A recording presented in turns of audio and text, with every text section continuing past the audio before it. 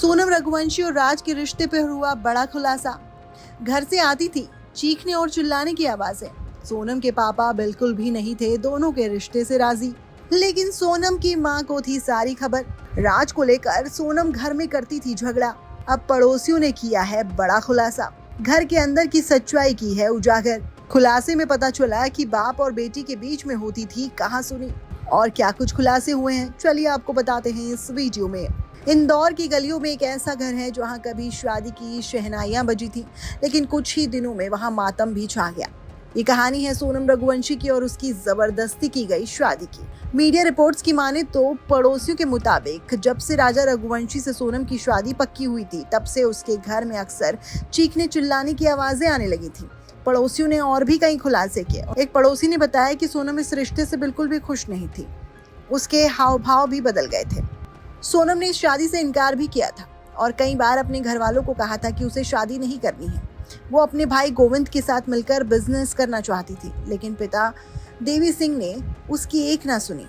खबरें तो ये भी हैं कि पड़ोसियों ने बताया है कि उसके पिता सिर्फ एक ही जिद पर अड़े हुए थे कि सोनम की शादी वो अपनी मर्जी से करेंगे। अब पड़ोसियों के मुताबिक तो इस बात का खुलासा हो गया कि घर में चीखने चिल्लाने की आवाजें काफी आती थी।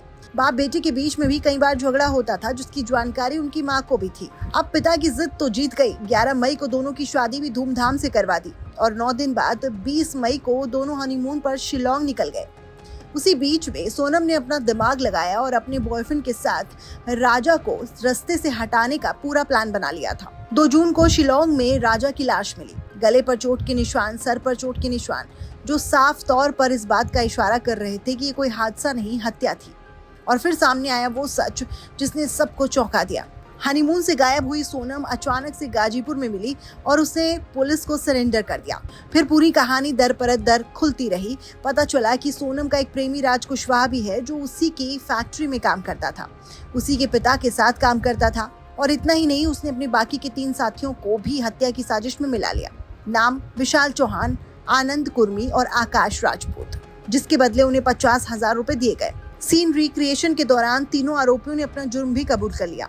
सोनम की मां ने पुलिस को बताया कि उन्हें पहले से शक था कि बेटी ये शादी नहीं करना चाहती थी, लेकिन बाप की जिद के आगे उसकी आवाज दब गई। और इसी बात का खुलासा उनके पड़ोसियों ने भी किया, ये बताते हुए कि घर में आए दिन झगड़े होते थे, चीखने चिल्लाने की आवाजें घर से बाहर आती थी और वो पड़ोसियों को साफ सुनाई देती थी। Well, moral of the story ये है कि अगर उन्होंने अपनी बेटी की सुनी होती तो शायद आज किसी का बेटा जिंदा होता। आपका क्या कहना है हमें कमेंट सेक्शन में बताइएगा। पसंद आई हो वीडियो तो लाइक शेयर करना मत भूलिएगा और चैनल को सब्सक्राइब कर दीजिएगा।